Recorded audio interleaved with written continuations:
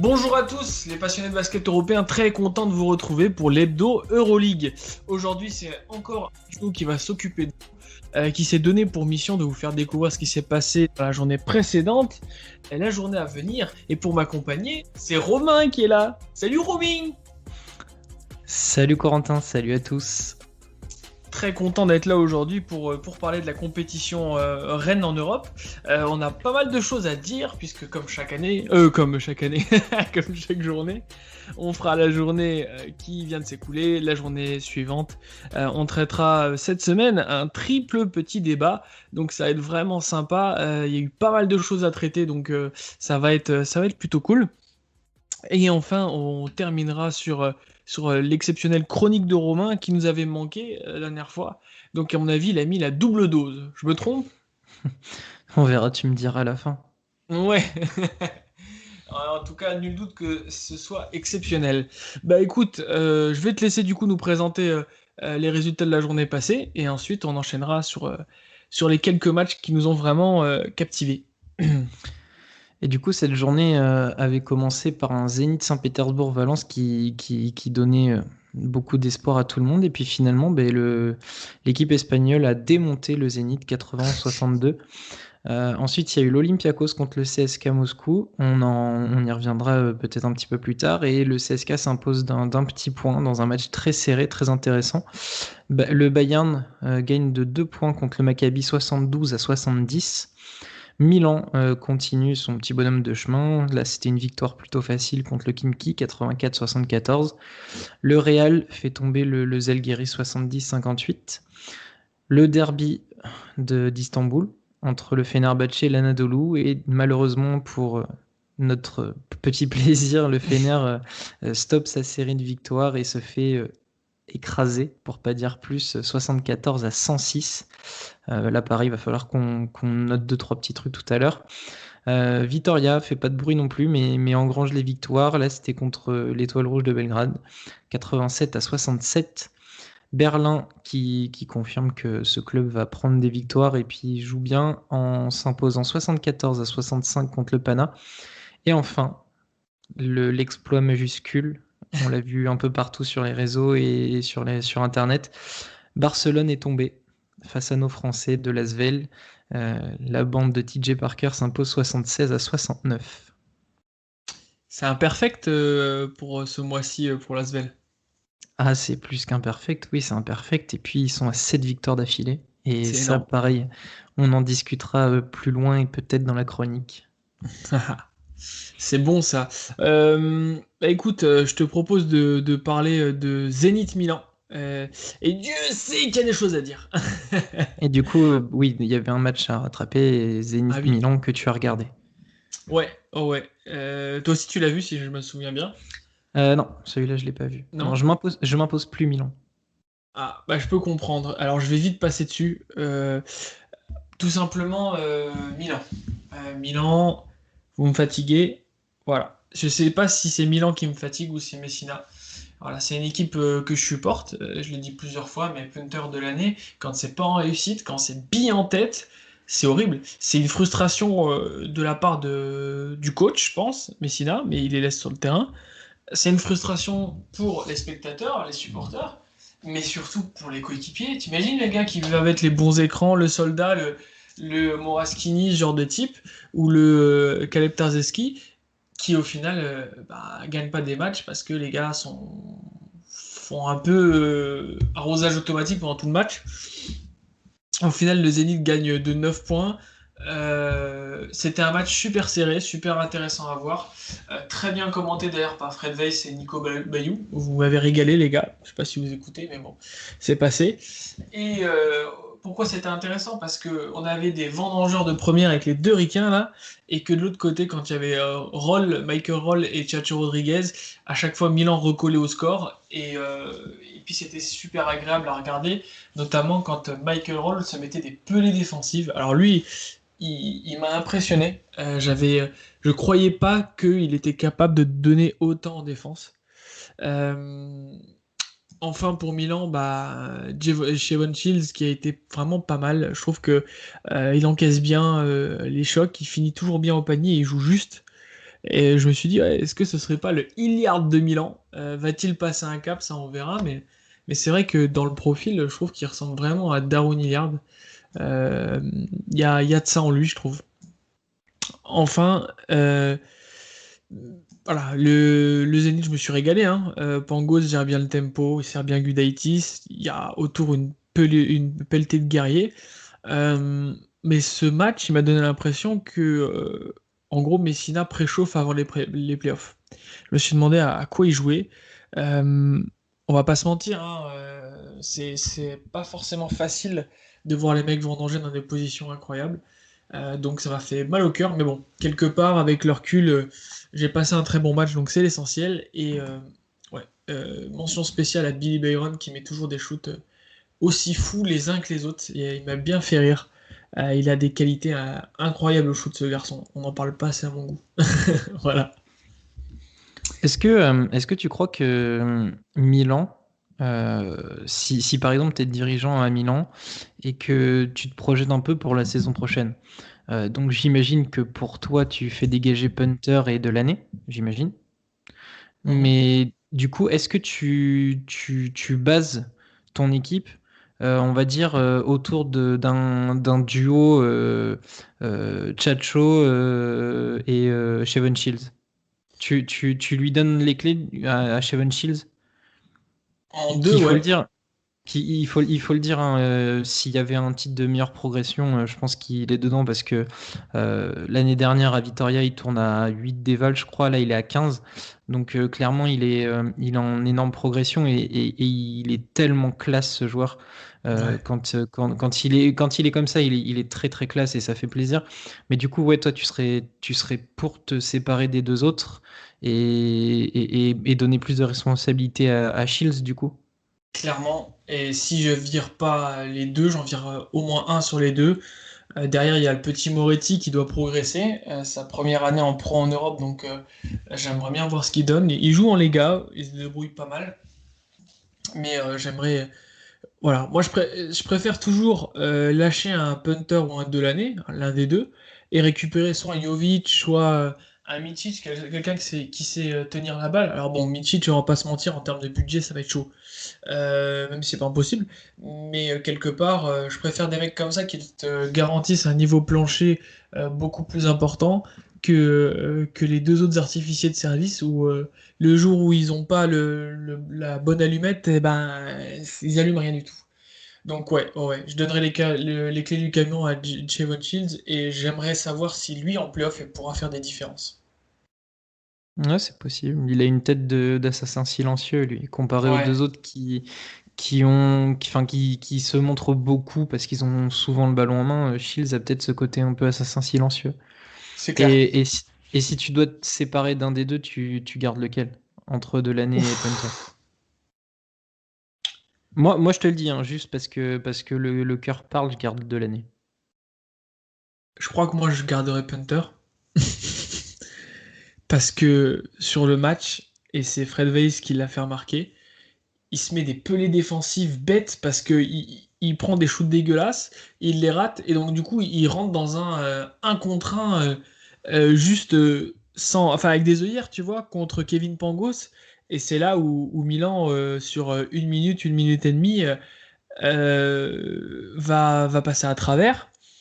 Donc ouais, moi je garderai Punter. Même si je pense qu'il est moins fort que de l'année, notamment Moins collectif déjà. moins collectif, ouais, c'est sûr. Moins collectif et qu'il est moins fort sur des shoots en déséquilibre. Je trouve que voilà, c'est Punter, il prend des shoots qui sont au-dessus de son talent, clairement. Je préfère être honnête. De l'année, lui, pour le coup, il a montré qu'il pouvait porter une équipe et il a beaucoup plus prouvé. Euh, ouais.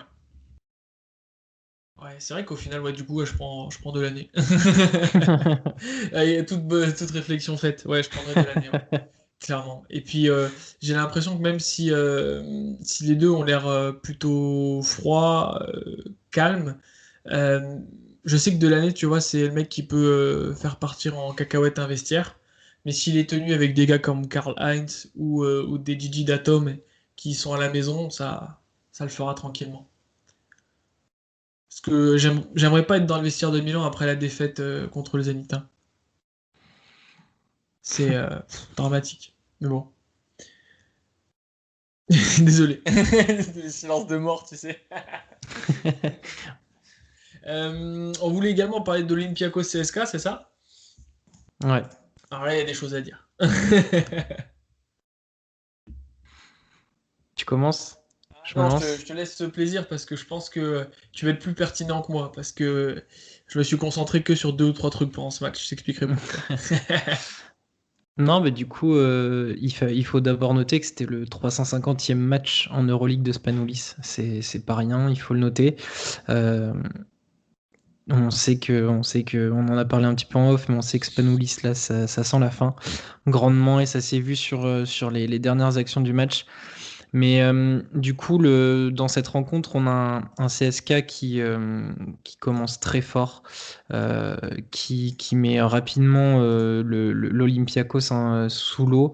Euh, L'Olympiakos tient, on va dire, seulement par Vezenkov.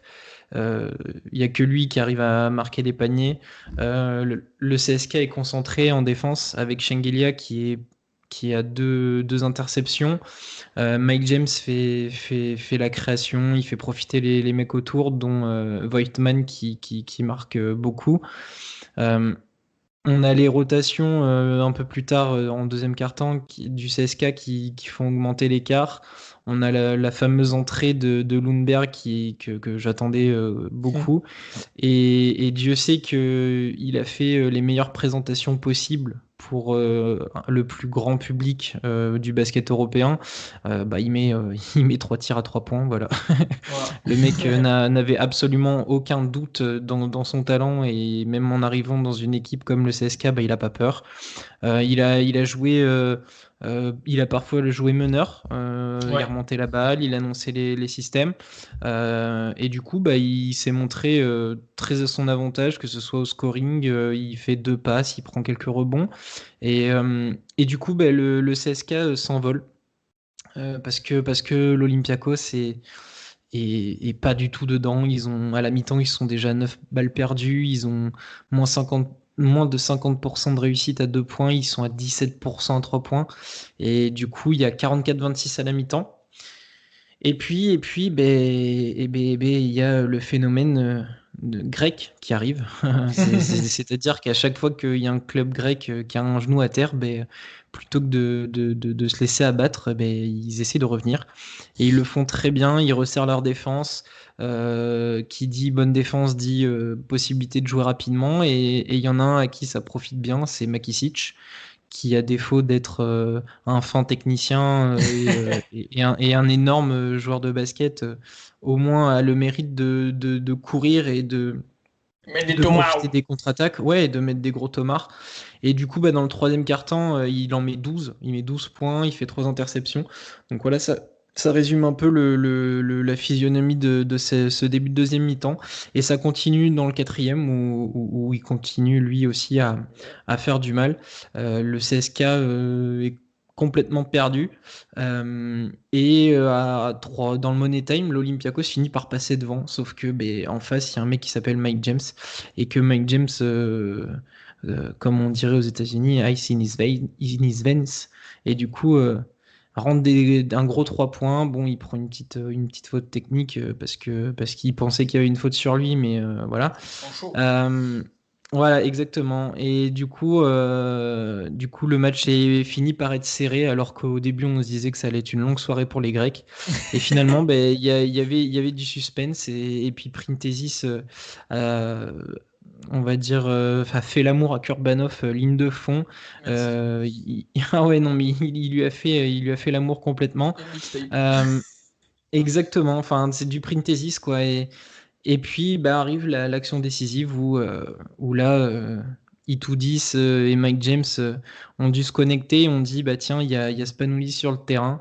Et du coup, Mike James, très tôt, avant de passer le milieu de terrain, demande à Lundberg, qui est pas loin de faire un écran parce que c'est Spanoulis qui est sur lui et du coup, ça provoque un switch. Et malheureusement, pour Spanoulis, il prend un énorme step back par Mike James, il se jette. Et ben il fait faute. Et Ah, il y a eu un ça gros donne. débat. Il y a eu un gros débat, mais il y a Il y a faute, faute. il lui rentre dedans. Enfin voilà. Exactement. Donc ça donne 3 lancés, il fait 2 sur 3, ça redonne un point d'avance au CSK. Et derrière, on aurait voulu que Printezis déclenche sa spéciale à 3 points comme il l'a fait et que ça rentre, parce que ça aurait été assez exceptionnel de faire son espèce de teardrop à 3 points et que ça rentre.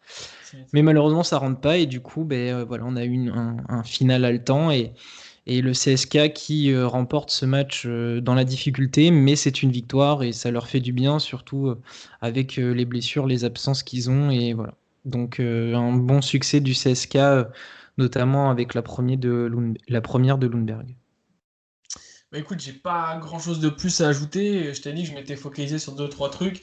Les trois trucs, c'est la première, c'est Printezis et Vezenkov, qui s'ils continuent à jouer comme ça pourront jouer jusqu'à 60 ans. C'est impressionnant. C'est trop intelligent, c'est trop de fondamentaux, c'est une régalade. Comme tu as dit, Printezis, il a joué avec Kourbanov. Hein.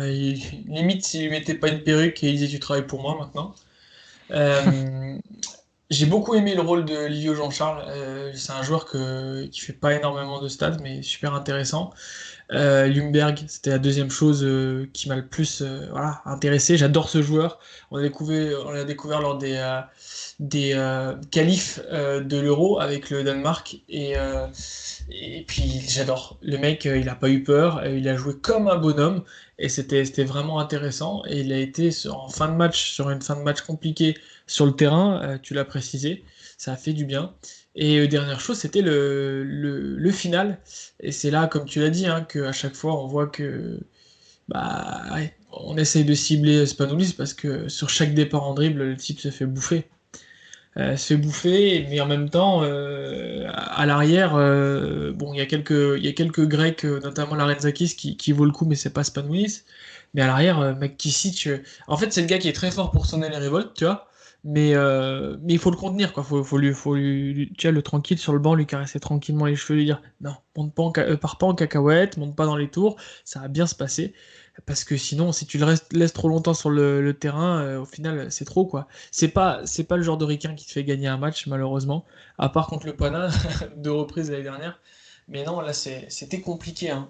Ça m'a fait mal au cœur pour le Pana, pour l'Olympiakos, pardon, parce que l'histoire aurait été belle s'ils avaient gagné, mais c'était un match qui était fort agréable à regarder. Pas un match d'attaque, mais un match intéressant. Et puis, voilà, Mike James qui prend toujours des tirs casse-croûte. Il me régalera encore des années, je pense, avec ces tirs-là. Le gars, il a les deux pieds dans le béton. Il y a un grand qui saute sur lui. Le type marque quand même son 3 points, quoi, 2 mètres derrière la ligne. Enfin, impressionnant. Et d'autant que c'était drôle parce que pendant la rencontre, l'Euroleague a trouvé de bon ton de mettre un petit flashback de la finale de 2011-2012 Mm. où Printezis crucifie le CSK sur son petit teardrop. Et pareil, c'était sur une énorme remontada en fait. Ouais. Et c'est exactement le scénario qui est arrivé en deuxième mi-temps. Et du coup, j'étais mais plié de rire devant mon ordi en me disant, mais non, ils vont leur faire la même. Et quand il y a le tir de Printezis à la fin, qui est bon à 3 points cette fois-ci, et qui fait le même geste, je me suis dit, non, mais c'est un régal, c'est pas possible. C'est Ouais, ça aurait écrit. été énorme. C'est Ouais, un c'est script clair. en fait. Mais oui, oui, la rencontre, ouais, elle était sympa. Larenzakis, Kata, hein. Sur ce match, Kata. Makisic, euh, pareil, si je peux ajouter un truc, c'est que Mm. il met 24 points, il fait 19 déval. Donc quand on regarde la ligne de stats, on dit ouais, c'est cool. Euh, mais la première mi-temps, elle est immonde, mais vraiment, le mec a Vraiment. cru que c'était un sniper à 3 points, du coup il était à 0 sur 6 ou un truc comme ça. C'était ignoble. Et en fait, il était bon, mais une fois qu'il faut jouer en contre-attaque. Donc, C'est ça, en transition tout le temps. ouais, c'est à prendre, enfin, c'est à prendre avec des pincettes ce genre de performance. Donc voilà. Ouais, ouais, bah, malgré tout, un match vraiment agréable. Il y avait des choses intéressantes à voir. Euh, la question que je me pose, c'est au final, est-ce que c'est pas le match typique de l'Olympiakos où ils sont derrière, malgré tout ils reviennent et on se dit ah, est-ce qu'ils vont gagner, pas gagner? À l'expérience, ils vont en prendre certains, ils vont être en kikinant. Donc voilà, c'est le match qui décrit bien l'équipe, je trouve. Et puis d'autant plus que du coup là ils le perdent. Pourquoi? Parce qu'à un moment donné il leur manque aussi un ou deux joueurs qui en imposent. Ouais, Alors là il manquait Martin, mais Martin n'aurait pas forcément changé les choses, même si avec l'absence de quasiment toute la raquette du c'est ça. CSK, ça aurait été possible. Mais il manque peut-être un joueur d'un autre calibre, ou alors il aurait fallu un match, un game Lucas à mort où C'est il ça. finit à 25 points, etc. Là, il sort un peu du match. C'est bizarre, mais ouais, l'Olympiakos, en fait, c'est ça. Ils ont assez de talent pour être emmerdeurs. Et en même temps, il leur manque une ou deux pièces pour que la pièce tombe du bon côté. Exactement. Euh, Ils qui finissent est... quand même qui- avec un sale 9 sur 37 à 3 points, hein. Je tiens à le Ah, signaler, voilà, 9 sur j'allais le 37 à dire. 3 points. Ouais, 24% pour ceux qui aiment les maths. Justement, toi, tu verrais qui si le chantier prioritaire pour toi. Alors bon, on est d'accord que Charles Jenkins, il est gentil, mais il va vite dégager. McKissick, on peut le garder pour des fois, tu vas mettre un peu de transition et de rythme. Mais concrètement, si tu as un arrière dominant à recruter, tu prendrais qui? Quel profil de joueur pour toi? Là, c'est compliqué parce que du coup, ça fait un marché assez énorme. Mais effectivement, il faut revoir la copie et peut-être que au lieu d'entasser les joueurs, donc McKissick, Harrison, les mecs comme ça, les Jenkins, ben peut-être t'en vends trois, mais t'en récupères un et un bon, quoi. C'est ça. Euh, c'est plus dans cette optique-là qu'il faut partir. Le Pana a réussi plus ou moins à faire un coup comme ça en prenant Ezonia, mais donc il Ouais. faudra voir un peu ce que ça donne. Oh oui. Mais oui, c'est cette optique-là. C'est plutôt que de partager ta masse salariale en trois pour avoir trois joueurs moyens, peut-être essayer d'en avoir un très fort qui Mhm. tient le coup parce que bon voilà, même si on a un vieux Spanoulis et Kostas Lucas à la main, ça tient la route, il n'y a aucun souci avec ça. Par contre après poste 2, Makisic, voilà, c'est que quand il y a des contre-attaques. Harrison, c'est une fois tous les 6 du mois, il arrive à faire un match correct. Euh, c'est compliqué en fait. Voilà, c'est une équipe qui manque un tout petit peu de talent. Euh, à voir si tu veux un nom, un mec capable d'aligner des points un peu US, je dirais Jordan Lloyd, mais est-ce que la mentalité auprès d'un Printezis et d'un Spanoulis, ça passerait? Peut-être, et en même temps, je me dis que les deux ont assez d'expérience pour lui dire, bah écoute, gamin, de toute façon, nous on est trop vieux pour mettre 25 points par match, vas-y, nous on va juste te mettre en condition pour. Donc peut-être un profil comme ça. Ouais, un mec un peu intéressant. J'allais faire mon Frenchie de base, mais un mec à la Isaiah Cordigné, capable de tout plus ou moins bien faire, Bien joué. J'allais euh, le sortir mais, aussi. mais, mais qui sera peut-être beaucoup trop vert ça c'est pas juste pour faire référence à Nanterre, mais qui sera peut-être un peu trop vert à ce stade de la compétition pour se taper le gratin de l'Euroleague toutes les semaines. Mais voilà, C'est peut-être un clair. profil un peu comme ça, capable de tout plus ou moins bien faire. Mais il faut surtout, oui, faire du tri et trouver une vraie base de joueurs qui t'apporte quelque chose, quoi. Pas une fois voilà, toutes les lunes de temps en temps, voilà, où le mec se dit, ah bah tiens, je suis bien là. Non, faut essayer de trouver un mec régulier qui t'apporte du scoring, quoi. Lucas le fait, mais est-ce que c'est vraiment son rôle? Il est trop seul. Ouais, il fait trop de trucs. Et là, tu vois qu'à un moment, le coach le fait sortir histoire de dire, bon, voilà, on va pas le prendre celui-là. Vaut mieux que tu restes sur le banc. Et au final, il est sur le banc à la fin du match, quoi. Mais concrètement, ouais, moi, je pense qu'il leur faut pas un artificier. Il leur faudrait un mec, comme tu dis, qui sait tout bien faire. Cordinet, Tu veux c'est... un nom? Ouais. Tu veux un nom qui peut faire plaisir? Tu mets un Jaka Blazic. Ah ouais, intéressant. Ouais, ça peut être pas mal du Tu tout. mets un Jaka Blazic qui est profil type européen, Et il leur coûtera qui est pas en cher. train de... Et qui leur coûtera peut-être un peu moins cher, qui est en train de faire une saison de dingue avec le CD Vita en Eurocup. Mhm. Il est classe au possible. Voilà, si tu veux un nom, je pars sur un Jaka Blazic ou un mec comme ça, parce qu'en plus, Blazic a l'expérience pour, hein. Mhm. Donc, qu'est-ce qui l'empêcherait de faire son retour en Euroleague et dans un club comme ça? Ça peut lui aller, hein. Eh ben écoute, j'allais sortir un autre nom, mais ça me va bien, on va rester là-dessus. C'est pas mal du tout. Pour Bah l'avoir vas-y, hein, vu sors en ton nom, plus. hein. Non, il correspondrait pas tellement, c'est pas grave. C'est pas toujours facile, je pense, parce que il y a aussi le rôle des anciens et réussir à trouver une alchimie. Mais ouais, concrètement, je suis. Voilà, leur ligne arrière, j'en attendais beaucoup de Harrison, mais c'est juste, malheureusement. C'est un peu triste. Voilà. Par contre, il parle beaucoup sur le banc, hein, il rigole beaucoup. C'est des choses que je comprendrais pas trop, ça, mais bon.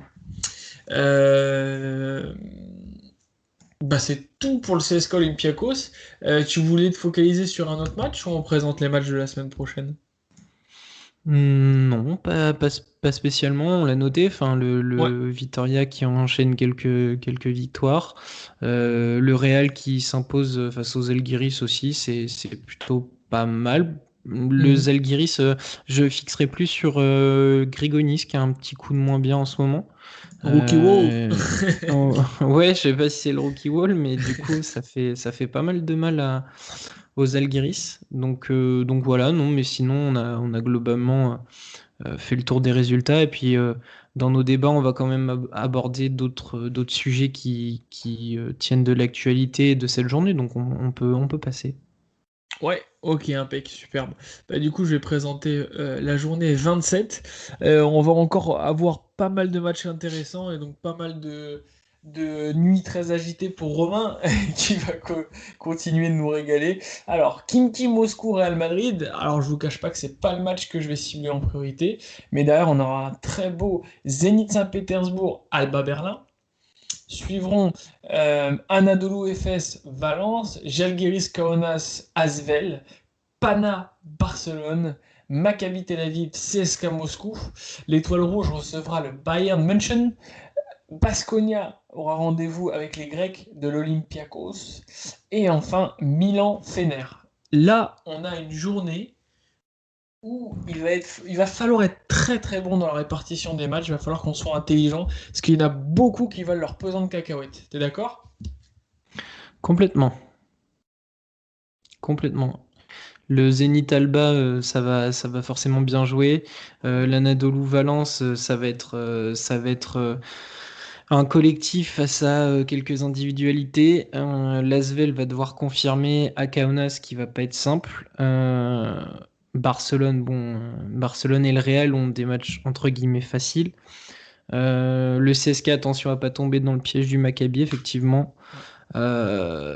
Et puis bah, Milan face au Fener, c'est une équipe qui va avoir à cœur de laver l'affront contre l'Anadolu, contre une équipe qui a besoin de victoires pour rester dans le haut du classement. Donc, non, il y a des affiches qui, oui, effectivement, surtout que là, c'est une double journée cette semaine.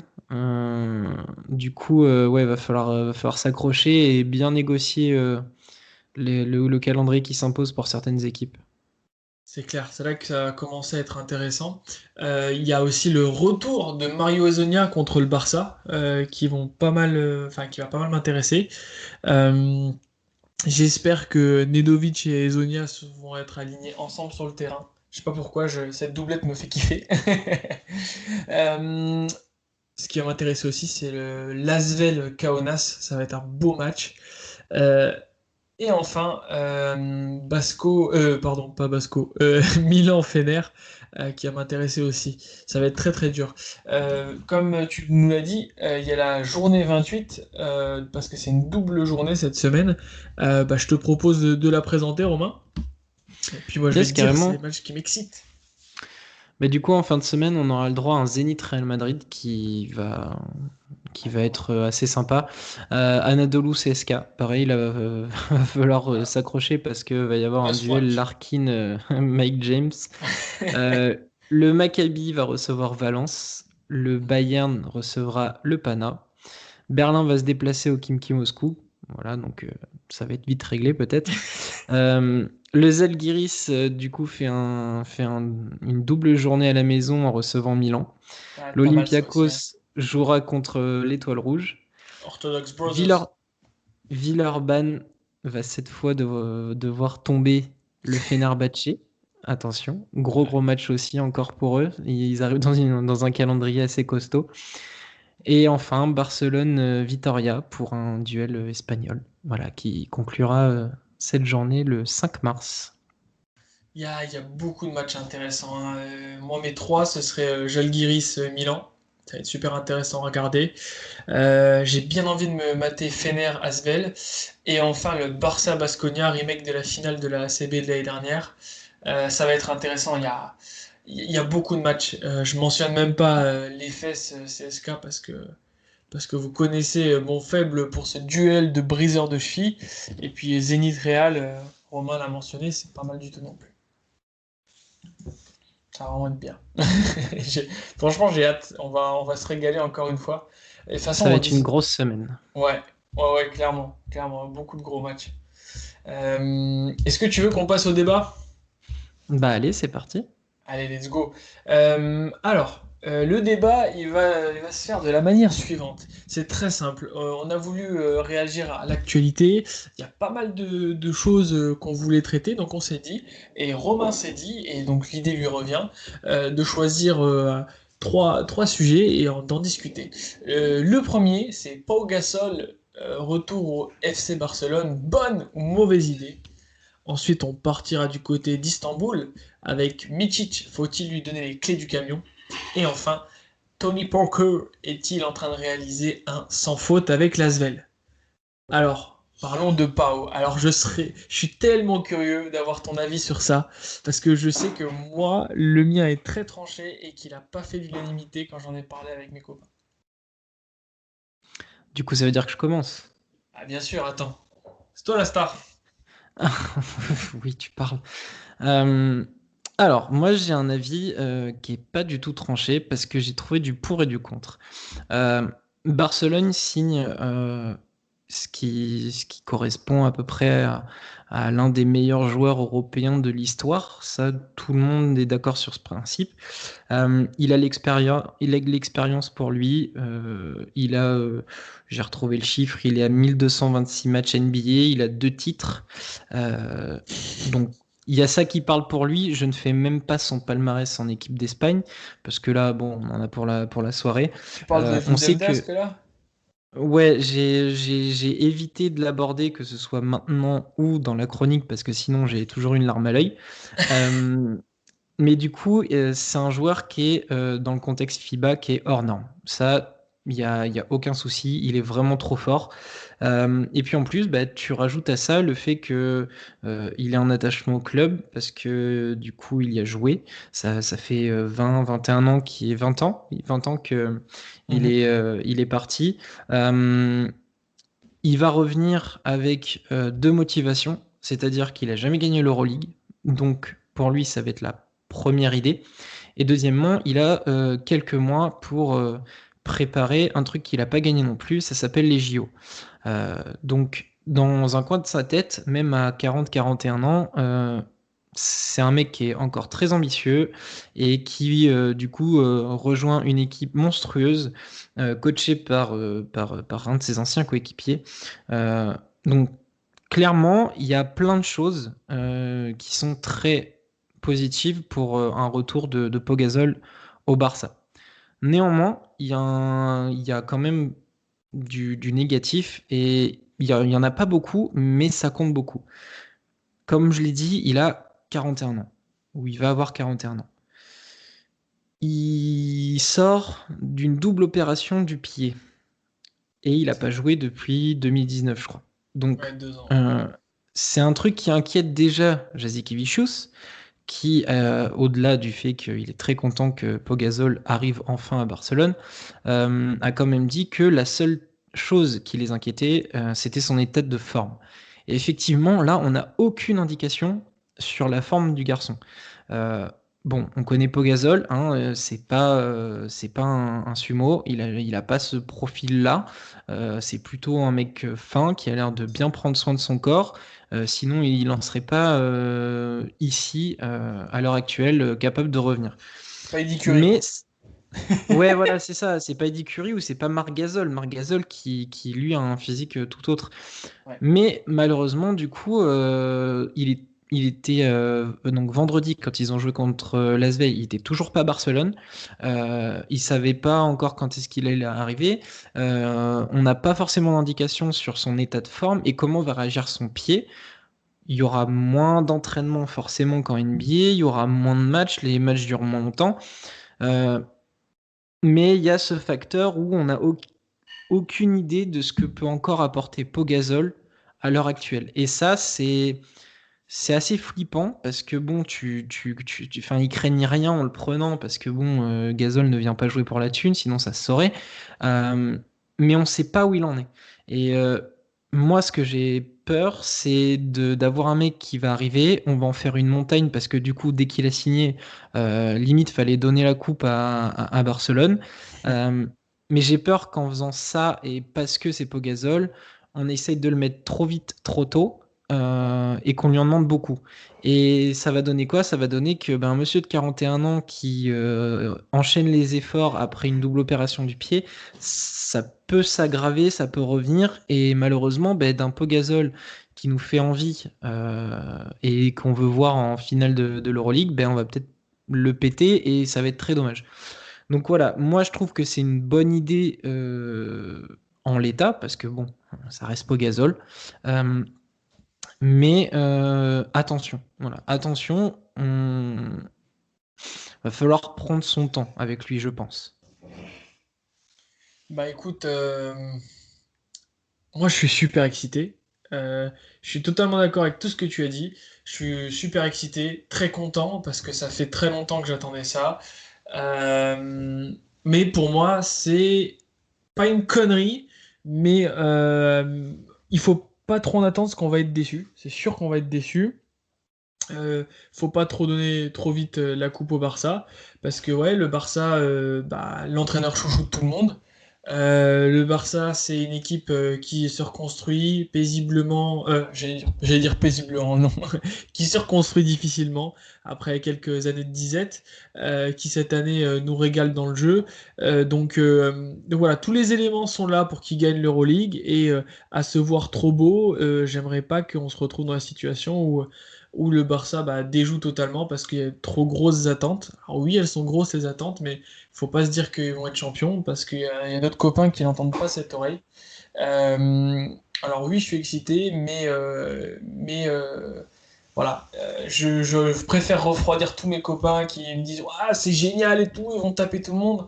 Non, le gars va jouer depuis 2 ans, c'est qu'un seul mec sur l'effectif et qui plus est, il va sûrement jouer les matchs de Liga contre du Betis, contre Obradoiro. Pas sûr qu'il le fasse jouer énormément en road trip en Israël ou en Russie.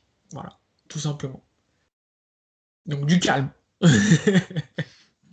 Oui, je pense que c'est ça, surtout du calme, parce que on n'est pas dans un jeu vidéo où parce qu'on signe un énorme nom, voilà, enfin, faut bien penser que maintenant il est âgé, quoi. C'est pas faire injure au quarantenaire, mais pour un sportif de haut niveau, 40 ans, 41 ans, ça commence à faire. C'est pas un quarterback, c'est pas Tom Brady qui va jouer dans une petite poche, là, c'est quand même un sport qui demande de plus en plus d'énergie, de plus en plus de courses où il va se frotter à des mecs Bagarre. alors ok, c'est pas DeAndre Jordan, mais Hassan ça va Martin, à être mon des, avis. voilà, c'est ça. Il y a quand même deux, trois profils qui vont lui rentrer dans la gueule et qui vont pas lui demander la politesse parce que c'est Monsieur Gasol, quoi. Donc voilà, patience, essayer de faire les choses intelligemment et j'en doute pas de la part de Jasikevičius qui en plus du coup est son ancien coéquipier, ils se sont connus en tant que joueurs et c'est assez drôle parce que du coup j'ai regardé quelques noms de l'équipe de Barcelone quand Gasol était là-dedans. Navarro a pris sa retraite. Il y avait Karsinovas qui est aujourd'hui un des dirigeants de Chicago. Voilà. Il y a Jasikevičius qui coach, Dick Beu est à la retraite, et puis il y a notre petit Pau Gasol qui lui continue, il veut jouer. Voilà. Ouais, bah écoute, moi je voudrais pas que ça se fasse comme avec Navarro qui sur cette dernière saison était un poids pour le Barça. Et c'était vraiment fatigant. Moi, à chaque fois que je le voyais sur le terrain, je trouvais qu'il apportait plus. C'était fatigant, quoi. Je trouvais qu'il prenait en otage l'équipe, un peu comme certains ont pu le dire pour Kobe. Par contre, avec tout ça, je veux que le Barça gagne le championnat, enfin l'Euroleague, pardon, et le championnat d'Espagne, bien sûr, hein. Gagne l'Euroleague, pourquoi? Parce que pour plusieurs raisons. Coach chouchou, qui n'a jamais gagné l'Euroleague, qui le mérite. Euh, Pau Gasol qui n'a jamais gagné l'Euroleague également. Mais surtout, Léo Westermann, pour qui ça me ferait super plaisir qu'il gagne l'Euroleague. Donc voilà. J'ai jamais été aussi fan du Barça. Voilà. C'est plus simple quand on gagne, hein, bien sûr, mais ça fait kiffer. Et je pense qu'on a une des plus belles saisons de l'histoire de l'Euroleague, si ce n'est la plus belle. Et imaginons juste un Pogazol, allez, on va dire ne serait-ce qu'à 60-70% de ses moyens, Mhm. dans le système Jasikevičius, avec toutes les formes de jeu et tout le panel offensif de cette équipe, juste avec le QI basket du mec. Enfin, Faut c'est qu'on s'y juste mette. ça en fait qui est affolant. Voilà, c'est beaucoup de patience, faut enfin, comme dirait l'expression, faut raison garder.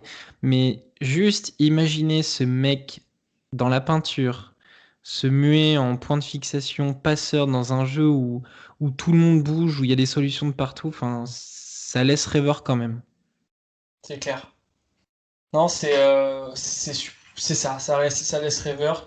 Je suis super excité, super content, mais malgré tout, je vais pas faire le fifou à dire ils vont détruire tout le monde. Parce qu'il suffit de regarder quelques matchs pour se rendre compte que qu'est-ce que c'est dur de gagner l'Euroleague, quoi. Enfin, Oui, c'est dur et ça dépend pas d'un joueur et encore moins d'un joueur de 40 piges, quoi. ouais, ouais. Et puis, comme on dit souvent, hein, sur un match, tout peut arriver. Oui, clairement, clairement. Parce que t'as pas meilleur des 7. Là, t'arrives au Final Four, tu te fais taper en demi, c'est fini, hein. Tu rentres à la maison, et puis t'as mené un chocolat. Deuxième débat de la journée, enfin de ce podcast en tout cas. Romain, c'est toi qui l'as choisi, je te laisse donc le présenter. Ouais, bah du coup, je me suis posé une question à chaud après avoir regardé la démonstration de l'Anadolu contre le Fenerbahçe. Est-ce que Ergin Ataman et l'Anadolu doivent laisser les clés du camion à Misic, qui nous a régalé avec un énorme 44 d'évaluation et où le mec était en mode rookie sur Touquet et a rentré tout ce qu'il pouvait dans toutes les positions et ça a été une véritable boucherie. Donc voilà, est-ce que pour toi, euh, le coach et l'Anadolu doivent laisser les clés du camion à un Misic? Ouais, c'était fou. Le mec a même déclaré après, il a été modeste, hein, il a dit oui, c'est parce que j'ai mis des tirs très difficiles. Il a été fou, hein. J'ai regardé le highlight, je me suis dit, ah ouais, le cochon. C'est un joueur que j'apprécie beaucoup. Au début de saison, j'aurais eu tendance à te dire oui, parce qu'il n'y avait pas le réveil de Larkin, parce qu'il n'était pas là, parce que c'était compliqué. Là, je te dirais plutôt que, à la manière de l'année dernière, il faut qu'il retrouve cet équilibre avec ses pistons, l'un et l'autre, pas forcément ensemble sur le terrain, pour redonner de l'équilibre à cette formation. Et on se rend compte que c'est de ça qu'a besoin l'équipe, et surtout notamment certains joueurs pour mettre leur tir et être dans le truc, quoi. Je pense, par contre, il y a un truc qui est sûr, c'est qu'il faut pas Larkin en soliste, parce que c'est pas comme ça qu'ils gagneront l'Euroleague. Voilà. T'en penses quoi, toi? Bah, je pense quelque part qu'on va se rejoindre. J'ai un faible tout particulier pour Missy, j'adore ce garçon. Euh, et en fait, à chaque fois, enfin, j'ai la sensation qu'en début de saison, quand l'Anadolu avait pas Larkin, c'était le moment. C'était le moment où Misic devait se montrer et devait endosser ce costume de patron. Et finalement, ça n'a pas été le cas. Il a fait du -2 déval, du 5 déval, du 4 déval, du 7 déval. Enfin, c'était assez pauvre, mais en même temps, l'équipe déjà allait pas super bien. Euh, et finalement, depuis le retour de Larkin, on retrouve ce duo imprévisible, ce duo hyper costaud de l'Anadolu.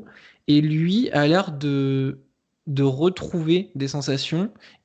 Sur la deuxième partie de saison, là pour l'instant, il est beaucoup plus régulier, même s'il rate quelques matchs encore. La semaine dernière, il fait -1 d'éval contre l'Olympiakos, et là, il nous sort un 44 d'éval.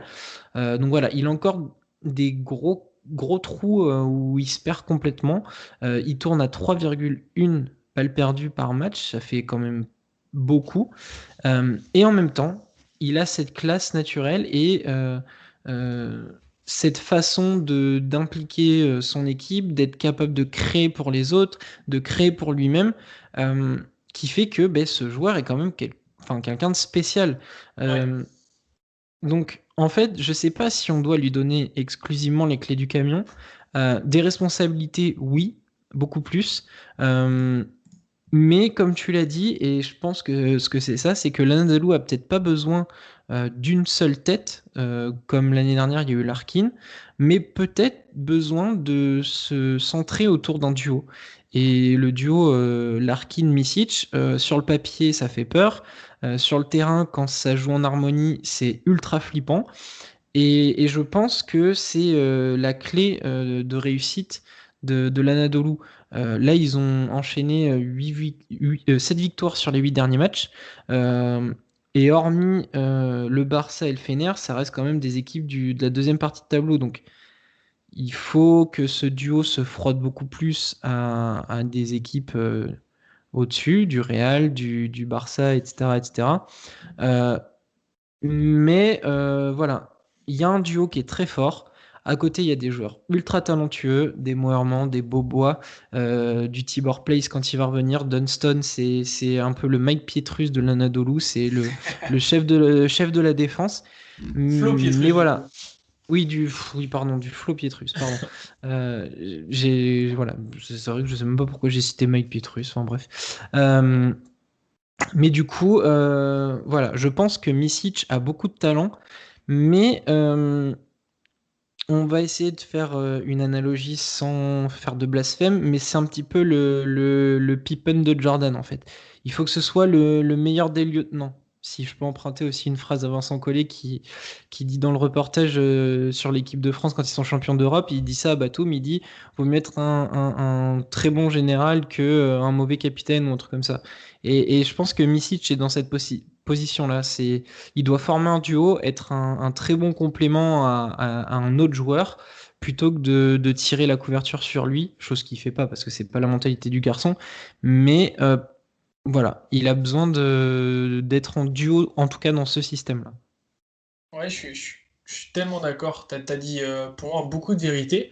Et du coup, je me suis posé la question, enfin la question sous-jacente pour moi, c'était est-ce que du coup, c'est pas un type d'équipe différent qu'il faudrait à Misic si tu le veux en première option? Je trouve que, tu vois, par exemple, tu t'enlèves Teodosic, tu mets Misic à Virtus, là tu peux le prendre en première option. Là, Oui, à l'effet, c'est pas le cas.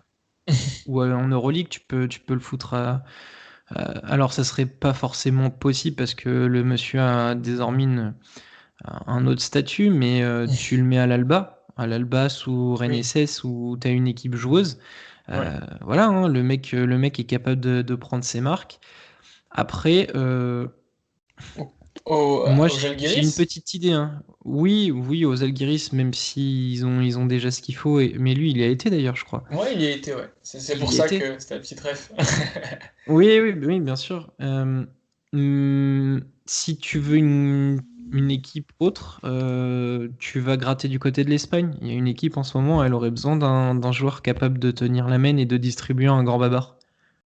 On sait que la NBA avait montré pas mal d'intérêt. On sait aussi que les grands Espagnols, à savoir le Barça et le Real, étaient intéressés. Est-ce que le Real serait un bon fit pour toi?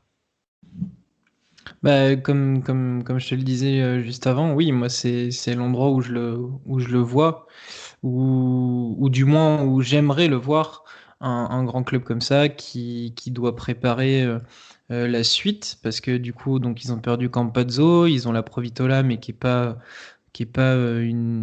on va dire entre guillemets une méga star en Euroleague.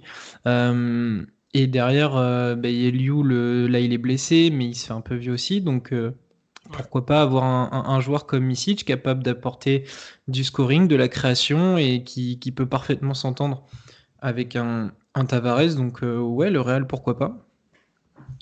Je pense que c'est quelque chose qui va se passer et qu'on ne pourra pas stopper. Je vois vraiment quelque chose de séduisant à arriver par rapport à ça. Et limite, je le souhaite parce que c'est vrai que dans la droite lignée de ce Real qui sait ajouter les bonnes pièces pour toujours se réinventer, ce serait top. Ah, ça me régalerait bien. J'aimerais bien.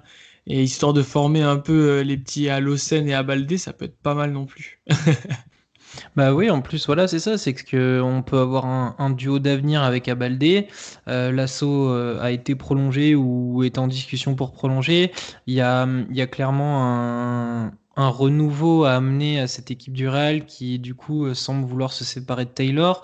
Hmm. Voit Lioul, Fernandez, des gars comme ça être sur la fin, ou quand même Felipe Reyes. Voilà, il y a du renouveau à apporter, et touche par touche, Pablo Lasso peut le faire. Pourquoi pas viser un joueur comme ça, un joueur européen qui a du talent, qui est capable de tout bien faire. Ça peut être très intéressant dans son système. Après, faut résister à la NBA. Il Exact. le sait très bien parce que du coup, il a déjà perdu Campazzo cette saison, il a perdu Doncic il y a quelques temps, il y a Carlos Alocen qui est dans le viseur de la NBA aussi, donc voilà, il est obligé de jongler avec ça, Mhm. même si pour moi Micic ne doit pas partir Ah, et on est rester d'accord. faire C'est une pas le belle profil. carrière. Non, ouais, et puis voilà, enfin, tu sais, c'est un peu l'histoire qu'on avait euh, qu'on avait déjà eu il y a quelques temps, en se disant que il a certes beaucoup de talent, mais est-ce qu'il pourrait s'imposer là-bas vraiment? Est-ce que c'est pas gâcher son talent que de le voir sur un banc? Enfin voilà, est-ce que c'est pas mieux pour Misic qui a déjà du vécu en Europe, euh, et de le voir devenir une légende au Real, à gagner un ou deux titres, voire plus. Je sais pas, j'ai vite fait mon choix. C'est pas juste une question NBA Europe à mettre en comparaison et en opposition. Moi, c'est juste, voilà, écris ton histoire en Europe. T'as clairement une place à prendre, et lui, il peut le faire vraiment. Et si les portes du Real s'ouvrent, c'est encore mieux dans un club légendaire comme ça. Donc, ouais, pourquoi pas le Real? C'est un fantasme, mais pourquoi pas le Real? Ah, je pense que pour une fois, on partage le même fantasme. Et en restant dans le cadre basket, hein, bien sûr. Évidemment. Troisième point de ce débat, du coup, si on en a fini avec Vassilier, grande question. Tony Parker est-il en train de réussir un sans faute avec l'Asvel? Euh, Alors, on dit ça après une belle série de victoires en Euroleague. En championnat, c'est pas tout mal non plus. Euh, Moi, j'ai un avis très tranché, mais j'ai hâte de connaître le tien et j'ai l'impression qu'on va pas être forcément totalement du même avis. Bah, Peut-être que je me trompe, hein. hum, comme je t'ai dit en off, je vais réutiliser la même phrase pour qu'on se donne une idée de mon avis. C'est Tony Parker. Euh, et Ça me quand je saoule à dis chaque fois que tu me l'as fait, celle-là. Et quand je dis c'est Tony Parker, c'est que dans sa carrière de joueur, à part le petit interlude de Charlotte, mais ça c'est plus parce que mon cœur est définitivement Spurs et que ça m'a fait du mal de le voir avec une autre tunique. euh, il a rien raté. Voilà, il n'était pas prévu d'être aussi vite, aussi haut avec les Spurs. Il a failli ne jamais voir les couleurs de cette franchise. Et très tôt, il s'est imposé avec le succès qui est arrivé derrière, c'est-à-dire 4 titres. Il a eu la franchise à ses pieds à un moment donné de sa carrière. Il sera Hall of Famer, il a son maillot retiré. Voilà, ce garçon a toujours tout réussi en tant que joueur. Il a fallu qu'il prenne un tournant dans sa carrière, c'est-à-dire une reconversion. Et il le fait très tôt alors qu'il est encore joueur et il devient président de l'Asvel. Et au final, à chaque fois qu'il s'est fixé un objectif, pour l'instant, c'est en train de marcher. L'Asvel est en train de se bâtir une équipe monstrueuse. En plus, il fait ça avec des Français. Il a eu son invitation pour l'Euroleague. Là, il va boucler la 2e saison. Ils sont allés à quelques semaines de l'annonce pour avoir une licence A. C'est incroyable, c'est une incroyable évolution pour le basket français. Et en plus de ça, Tony Parker à côté est en train de se bâtir un empire en France en se rapprochant de l'OL, en récupérant une station de ski, en investissant dans de l'immobilier. Enfin bref. Pour ce qui est du sportif, hormis pour l'instant 2-3 signatures un peu douteuses comme Aléric Freeman, qui a plutôt beaucoup déçu, et Kevarius Ice, qui à mon avis ne va pas faire long feu. Pour l'instant, tout semble plutôt très cohérent. Et en plus, je l'aborderai très rapidement dans la chronique, mais lorsqu'il y a eu des critiques, ils ont fait le dos rond, ils ont bossé de leur côté.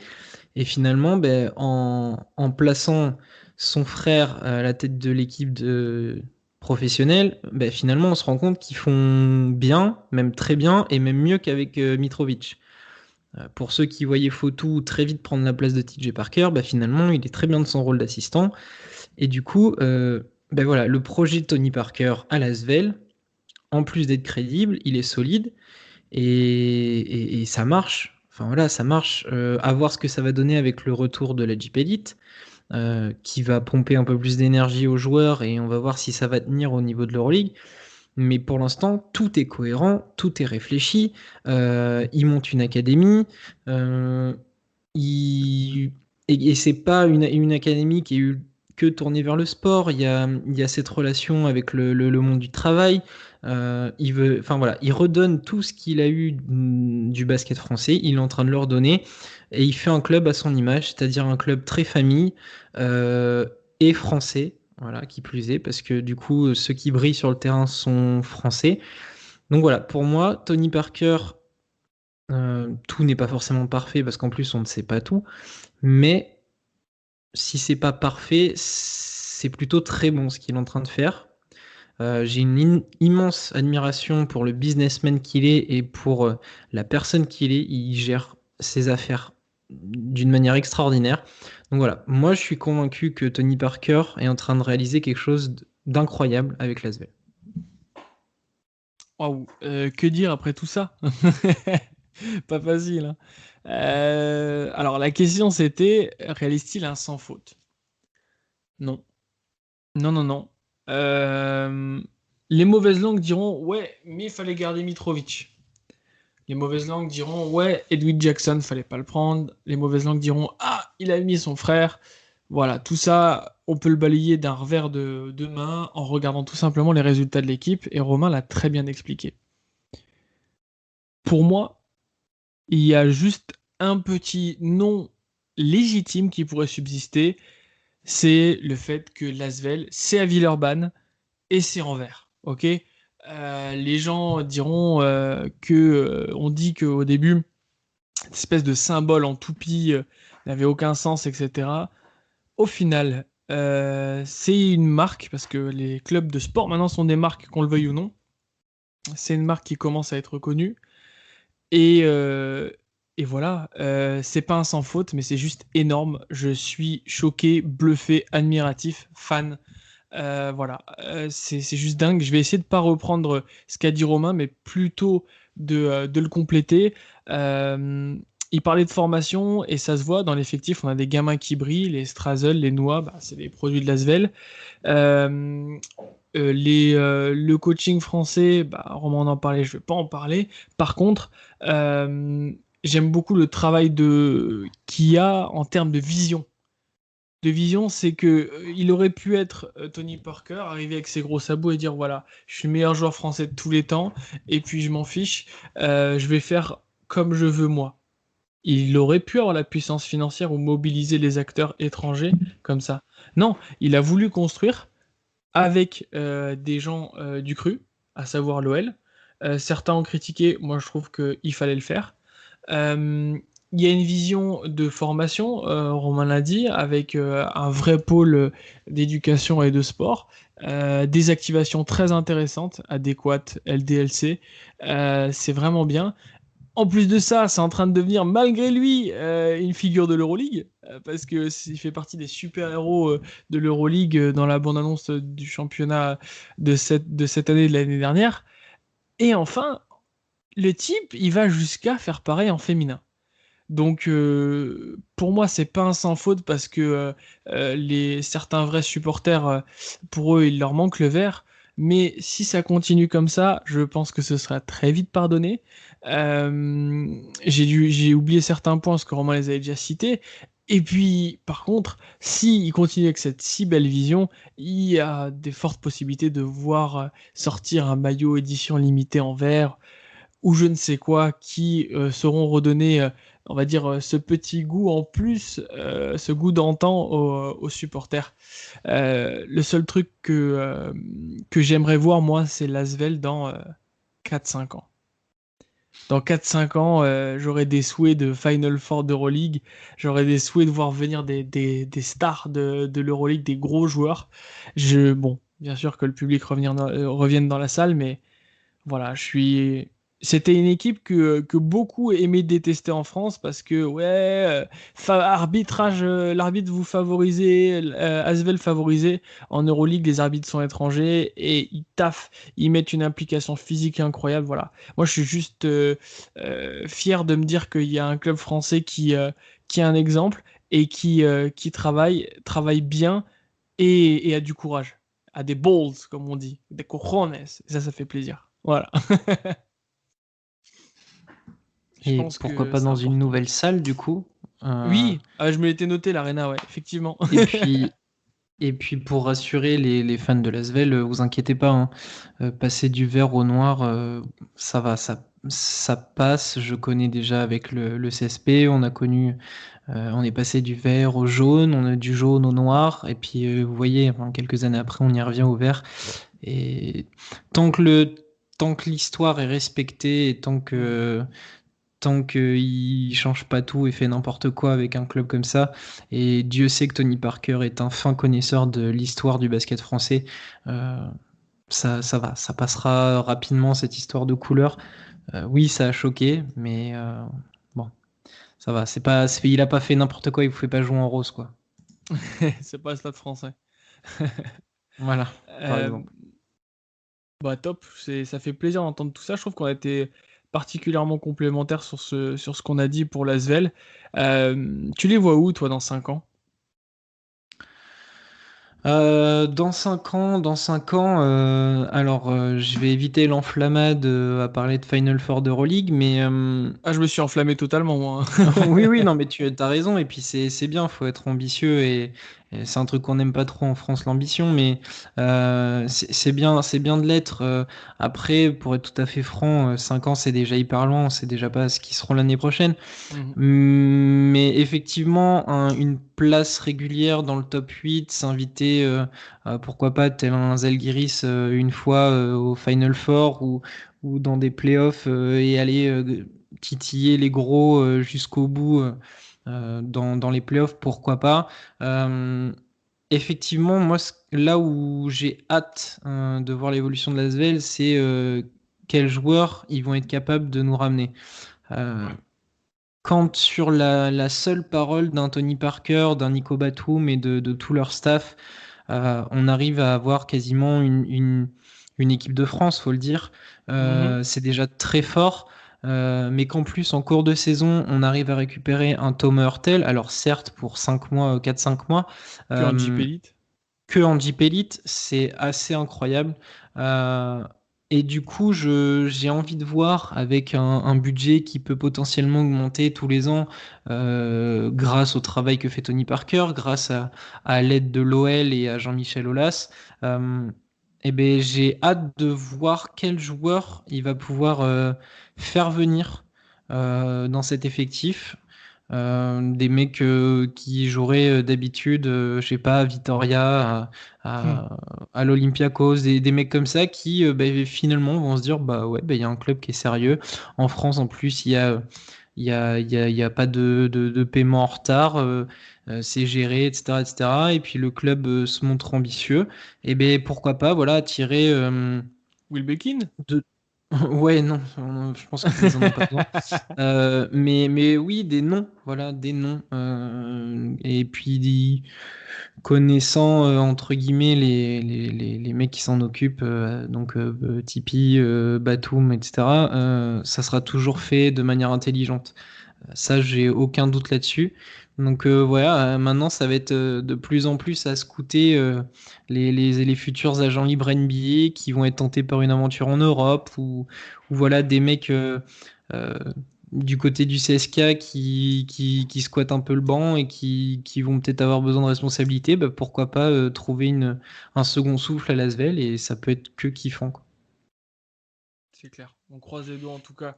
Je croise les doigts aussi parce que la semaine dernière, on n'a pas eu le droit à ta chronique. Et je croise les doigts pour que celle de cette semaine soit bonne. Donc du coup, je te laisse officier, mon cher ami. Ouais, c'est parti. Et du coup, les amis, moi j'ai envie de dire un truc, c'est qu'il va falloir revoir la formule de l'Euroleague.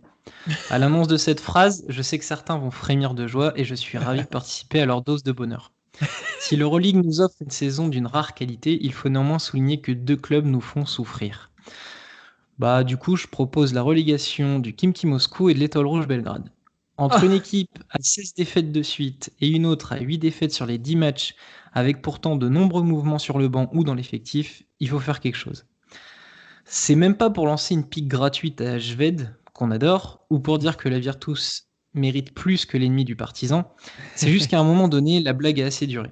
Car à défaut de vouloir une ligue fermée ou centrée sur l'argent, j'ai d'abord, ou plutôt simplement, l'envie d'avoir envie de regarder un beau basket, celui qui étonne et fait une belle publicité à notre sport. Je rejoins aussi Odette Katash, l'actuel coach du Panathinaikos, pour dire qu'il faut absolument un dialogue entre la FIBA et les dirigeants de l'Euroleague. Je sais pas vous, mais moi, voir la Serbie au bord d'élimination lors des qualifs de l'Eurobasket, je trouve ça plus flippant que kiffant. Et ce, même au nom d'une quelconque exposition des petites nations sur la scène européenne. Au passage, c'est encore plus rageant si les dites petites nations réalisent des exploits grâce à des Américains. C'est vrai que ce serait dommage de se priver d'un Turquie-Bulgarie entre Larkinoglu et Dibo Stedinov. Bref, passons. Cette semaine, il y aura forcément un peu de chauvinisme dans mes paroles. Pas de quoi en faire une chronique entière, quoique, mais juste se rappeler à quel point c'est bien d'être français dans le basket. Rudy Gobert est All-Star, Nilikina a enfin joué au point d'être décisif, Batum est un phoenix, la Jeep Elite va enfin reprendre, Nando De Colo est à l'Euroleague ce que Messi est au football, c'est-à-dire un surdoué, et Lasvel domine l'Euroleague. Oui, n'ayons pas peur des mots. En sortant du plus court mois de l'année avec un parfait sur 20, l'équipe du Rhône démontre sur le terrain qu'elle mérite d'être parmi les 18 meilleures teams d'Europe et Tony Parker a définitivement en sa possession les clés de la réussite. J'ai trouvé les paroles du rappeur Youssoupha que ces paroles collaient très bien à la mentalité villeurbannaise. Il dit ambitieux quitte à être incompris, n'écoute pas les critiques constructives de ceux qui n'ont jamais rien construit. En effet, au moment de se hmm. séparer de Zvezdan Mitrovic, Tony P, lui-même amateur de rap, a vu des montagnes de critiques lui tomber dessus.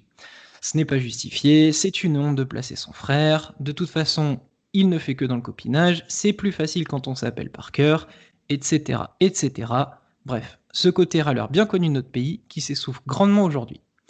Il est vrai que moi aussi j'étais sceptique quant au choix de TJ Parker, mais vu qu'il n'y a que les cons qui ne changent pas d'avis, j'étais très content qu'il montre beaucoup de caractère cette semaine face à l'ogre barcelonais et se tape la peau de Jasikevičius.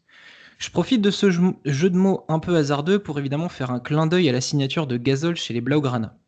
En gros, c'est jouer à Touquet version Euroleague avec un message de ton président qui s'affiche et qui dit « Choisis un Pokémon légendaire pour commencer la saison, puis fonce vers le titre. » Le cheat Pardon. code étant rentre à la maison, c'est un ancien coéquipier qui coach et puis tu n'as jamais gagné la Grande Coupe d'Europe. Ni une ni deux, vous voyez apparaître la chevelure grisonnante et 215 cm de fondamentaux devant vous. S'il y a bien une phrase à dire, c'est fuyez, pauvre fou. On me dira ce qu'on voudra, mais à l'inverse d'un club comme l'OM où des businessmen ont voulu changer l'histoire d'un club, c'est finalement la passion qui prime et l'emporte. Vous pouvez sortir les dollars, on n'achète pas les cœurs. Et ça, Tony Parker l'a bien compris, lui, l'homologue de Longoria, de Pablo Longoria, hein, le nouveau président de Marseille. Il n'y a pas Ah, de ok. mésentente entre nous, c'est le bon Longoria, hein. Ah ouais, non C'est mais. donc avec Sans doute. c'est donc avec cet amour pour le basket qu'il avance pas à pas. Il arrive à convaincre un Thomas Hurtel de signer pour jouer en Jeep Elite, compose une équipe avec des internationaux français et le fait avec méthode, entouré de ses amis ou de sa famille. En bref, une génération motivée qui devrait en inspirer d'autres, en tout cas on le souhaite, car dans une époque où le basket français prépare son redémarrage, il serait de bon ton d'avoir l'humilité comme ligne directrice. Une leçon qui devrait aussi se propager en Europe et ferait du bien à pas mal de monde. Bravo, bravo et merci. Ça fait du bien d'entendre des choses positives comme ça. Je vais rien rajouter. Sur ce, on va vous laisser, les copains.